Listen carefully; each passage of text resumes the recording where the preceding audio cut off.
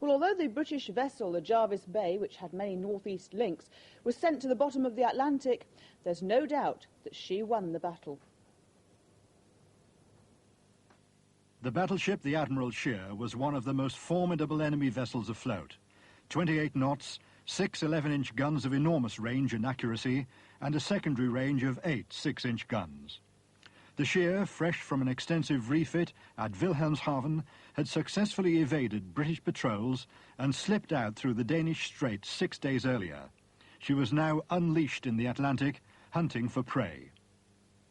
On October the 29th, a British convoy, codenamed HX-84, had sailed from Halifax, Nova Scotia for Liverpool.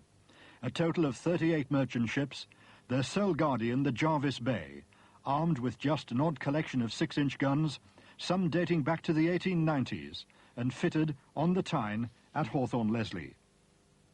In a battle which lasted just 22 minutes, the Jervis Bay was set on fire from end to end, her back was broken, and at 8 o'clock at night she went down stern first, taking 190 men and the captain, a legendary Irishman, Fogarty Fagan.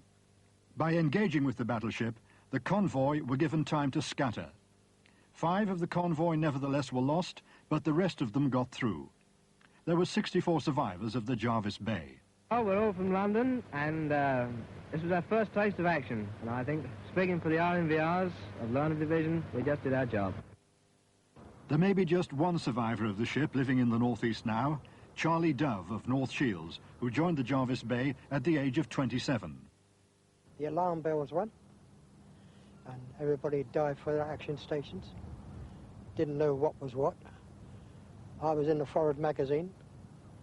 We started passing the ammunition, and then we could hear the banging and the crashing, and all of a sudden she gave a bit of a list, and then it sort of went quiet for a bit, and we were told to stop passing up the ammunition, and the next thing we got was orders to abandon the ammunition locker.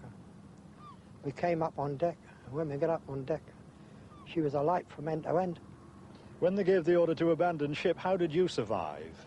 On the deck above us was a boat, a lifeboat, and it started to lower it down. So the first thing was to try and get in it. There was a ladder going down. I got halfway down the ladder and there was no more ladder. And so we just, lucky enough, just popped into the lifeboat. When the survivors of the Jervis Bay decided to celebrate their good fortune in London, the only place that would accept the heroes was the buffet on Marylebone Station in London. They held their reunions there for many years. The Royal Canadian British Legion in New Brunswick has just held a 50th anniversary memorial service.